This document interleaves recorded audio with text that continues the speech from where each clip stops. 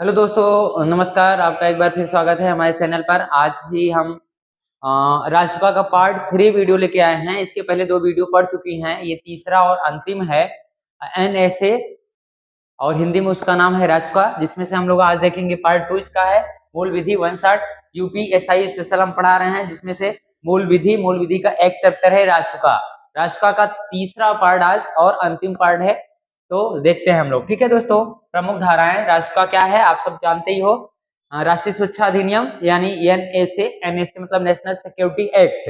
भारत सरकार 1980 ईस्वी में एक अधिनियम लाया जिसमें उस व्यक्ति को गिरफ्तार किया जा सकता है जो व्यक्ति देश के लिए खतरा हो, जो व्यक्ति राष्ट्रीयता के लिए खतरा हो, और जो व्यक्ति सांप्रदायिकता के सौहार्द को बिगाड़ने काम करता है। उसमें डीएम रैंक का अधिकारी यानी डीएम या राज्य सरकार या भारत सरकार उस व्यक्ति के ऊपर राजसभा का एक्ट लगा सकती है। ठीक है दोस्तों, चलिए शुरू करते हैं हम लोग। इसके पहले हमने 6 धाराओं को पढ़ लिया था। आज 7वीं धारा से 18 धारा के बीच हम लोग कंटिन्यू करते हैं। ठीक है, चलिए।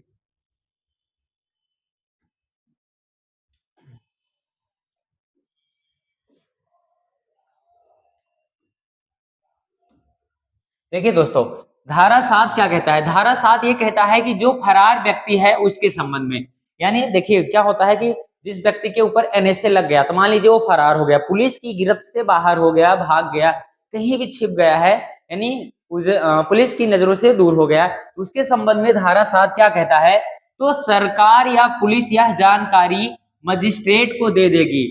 सरकार जानकारी को सार्वभौमिक करेगा तथा अखबार व मीडिया में संदेश देगी। फिर से अच्छे समझिए दोस्तों, जो धारा 7 ये कहता है यदि किसी व्यक्ति के ऊपर एनएसए लग गया और वह व्यक्ति फरार चल रहा है, तो सबसे पहले क्या होगा, जो डीएम होगा यानी जो मजिस्ट्रेट होगा वो क्या करेगा, सरकार या पुलिस यह जानकारी मजिस्ट्रेट को दे देगा। यानी जो पुलिस होगी वो बताएगी डीएम को यह व्यक्ति फरार है। उसके बाद क्या होगा, मजिस्ट्रेट क्या करेगा, उस सरकार को जानकारी देगा। किसको, सरकार को। उसके साथ साथ क्या होगा, सार्वभौमिक कर देगा, यानी पब्लिकली कर देगा। भाई साहब, पब्लिक कर देगा यह व्यक्ति भाग चुका है, इसके ऊपर एनएसए लगा है, इसके ऊपर इनाम भी घोषित कर सकती है पुलिस। और क्या करेगा, सबसे बड़ी बात क्या है, अखबार व मीडिया में क्या करेगा, न्यूज चलवा देगा।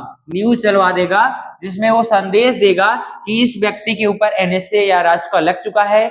जहां भी ये व्यक्ति मिले किसी को, पुलिस को सौंपने का काम करें। ठीक है, कौन सी धारा कहती है, 7 कहती है। अगला देखिए, यदि वह उपस्थित, उसी के आगे नोट पॉइंट है, यदि वह उपस्थित नहीं हुआ तो उसकी संपत्ति क्या कर ली जाएगी, जब्त कर ली जाएगी। यानी सरकार जब्त कर लेगी, सरकार जब्त कर लेगी, या फिर कुर्क हो सकती है। क्या हो सकती है, कुर्क हो सकती है। ठीक है दोस्तों, उसकी सारी संपत्ति, पूरी प्रॉपर्टी, घर की एक एक सामान को पुलिस क्या करेगी, लेके चली जाएगी, जो कि सरकारी खजाने में चला जाएगा। ठीक है दोस्तों, अगला देखिए, और अगर पकड़ा गया फिर उसको डायरेक्ट कितने साल की सजा होगी, 1 साल की सजा भी हो सकती है। धारा 8 क्या कहता है दोस्तों, धारा 8 ये कहता है प्रदेश से प्रभावित व्यक्ति को निरोध आदेश के अनुसार प्रकट करना। अगर कोई व्यक्ति है, जैसे कोई व्यक्ति है, वह क्या करता है, एनएसए उसके ऊपर लग गया है, क्या लग गया है, एनएसए लग गया है, यानी निरोधात्मक कानून उसके ऊपर लागू कर दिया गया है, तो हम क्या करेंगे, उस आदेश को क्या कर सकता है, सरकार क्या करेगी, प्रकट करेगी। ठीक है दोस्तों, आगे चलते हैं हम लोग। धारा 9 देखिए, धारा 9 क्या कह रहा है, धारा 9 क्या कह रहा है, सलाहकारी बोर्ड होगा। धारा 9 क्या कह रहा है कि एनएसए का एक सलाहकारी बोर्ड बनेगा हमेशा, और समय समय पर इसमें अधिकारी नियुक्त होते रहेंगे, और यह बोर्ड क्या करेगा, उन अधिकारियों को सलाह मशविरा देता रहेगा। यानी धारा 9 क्या करेगा, सलाहकारी बोर्ड का बनना। कौन बनाएगा, देख लीजिए दोस्तों, कौन बनाएगा इस बोर्ड को, कौन बनाएगा, केंद्र और राज्य सरकारें इस बोर्ड का निर्माण करेंगी। इस बोर्ड का निर्माण कौन करेगा, केंद्र और राज्य सरकारें। कौन बनेगा, अच्छा आप समझिए, जो बोर्ड का अध्यक्ष होता है, बोर्ड के जो सदस्य होंगे, कौन बनाएगा, केंद्र की सरकार या राज्य की सरकार। लेकिन उसका अध्यक्ष कौन बनेगा, उसका अध्यक्ष कौन बनेगा, ये देखिए, सुप्रीम कोर्ट का जज बन सकता है। कौन बन सकता है? सुप्रीम कोर्ट का जज। और जज में कौन जज होंगे? पूर्व जज। पूर्व जज जिसने सेवा दे चुका हो उसके अध्यक्ष बन सकते हैं, और हाई कोर्ट का भी जज बन सकता है। ठीक है ना।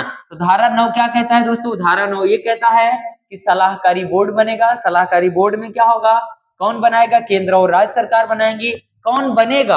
हाई कोर्ट और सुप्रीम कोर्ट के रिटायर्ड जज इसके अध्यक्ष बनेंगे, जो कि एक सलाहकारी बोर्ड होगा धारा 9 के तहत। और यह बोर्ड क्या करेगा? एनएसए के कानूनों में परिवर्तन या फिर उसको समय समय पर समुचित प्रबंधन या आदेश देगा, ये चीज ऐसा होना चाहिए। धारा 10 देखिए क्या होगा। धारा 10, धारा 10 में क्या कहा गया है दोस्तों? सलाहकारी बोर्ड का बनना। देखिए इसमें धारा 9 में क्या है? सलाहकारी बोर्ड की बात की गई है, और इसमें सलाहकारी बोर्ड का बनना अर्थात निरुद्ध किए गए व्यक्ति के संबंध में 3 सप्ताह में सलाहकारी बोर्ड को पेश करेगा। देखिए दोस्तों दोनों की बात अच्छी से समझ लीजिए, दोनों में डिफरेंट है। धारा 9 ये कहता है कि भारत सरकार या केंद्र की सरकार या राज्य सरकार क्या करेगी? एक सलाहकारी बोर्ड बनाएगी। लेकिन धारा 10 ये कह रहा है, धारा 10 ये कह रहा है कि जिस व्यक्ति के ऊपर एनएसए लगा है उसके छानबीन या जांच पड़ताल के लिए जो एक बोर्ड बनेगा वो धारा 10 कह रहा है। क्या कह रहा है? धारा 10 कह रहा है उस व्यक्ति के संबंध में, और 3 सप्ताह में जानकारी किसको? सलाहकारी बोर्ड को देगा। ठीक है। धारा 11 क्या है दोस्तों? इसको देखिए। सलाहकारी बोर्ड की प्रक्रिया 7 दिन में सरकार को देना पड़ता है। ठीक है ना। जो सरकार है, सरकार को कितने दिन में? 7 दिन में देना पड़ेगा धारा 11 के अनुसार। धारा 13 के अनुसार किसी व्यक्ति को निरोध आदेश की अधिकतम अवधि 12 सप्ताह हो सकती है। मतलब आप उसको कितने सप्ताह तक आप रोक सकते हो? 12 सप्ताह तक जो आदेश जारी किया गया है। ठीक है दोस्तों। अगला देखिए धारा 14।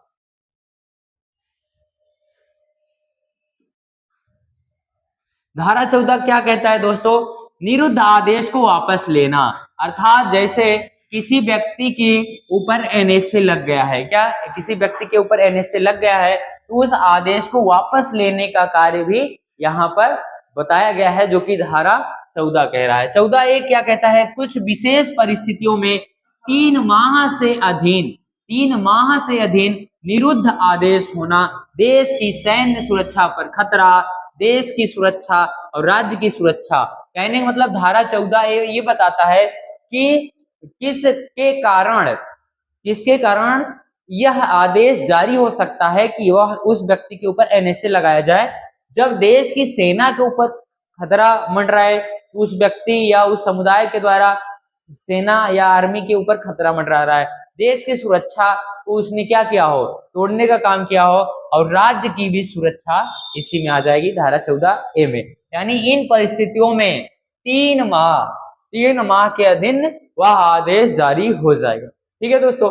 धारा 15 देखिए क्या है। धारा 15 क्या कह रहा है? अस्थायी प्रकार से रिहाई शर्त के अनुसार छोड़ा जाएगा।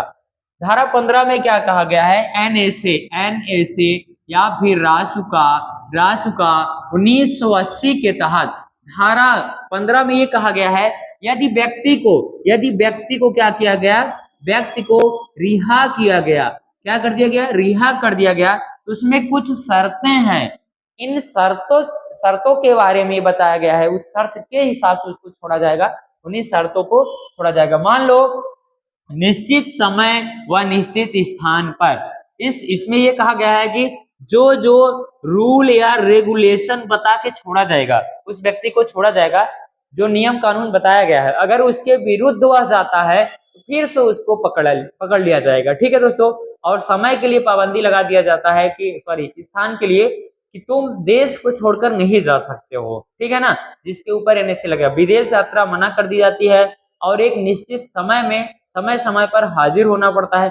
यदि व्यक्ति इनके खिलाफ गया, हाजिर नहीं हुआ, देश छोड़ के भाग गया, फिर से उसको गिरफ्तार किया जा सकता है। ठीक है ना। तो धारा कौन कहता है? 15 कहता है। क्या कहता है? 15 कहता है। अगला देखिए धारा 17 क्या कह रहा है? धारा 17 कह रहा है राज्य का कोई कानून इस अधिनियम को प्रभावित नहीं करेगा।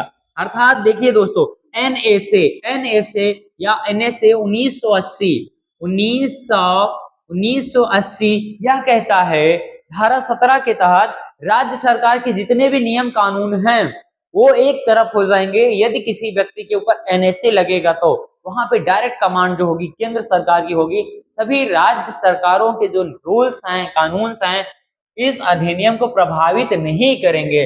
अर्थात मान लो सपोज दैट पॉजिटिव देखेंगे तो हम उस व्यक्ति को आप गलत नहीं फंसा सकते हो। दूसरी बात, अगर व्यक्ति गलत है तो आप उसको छोड़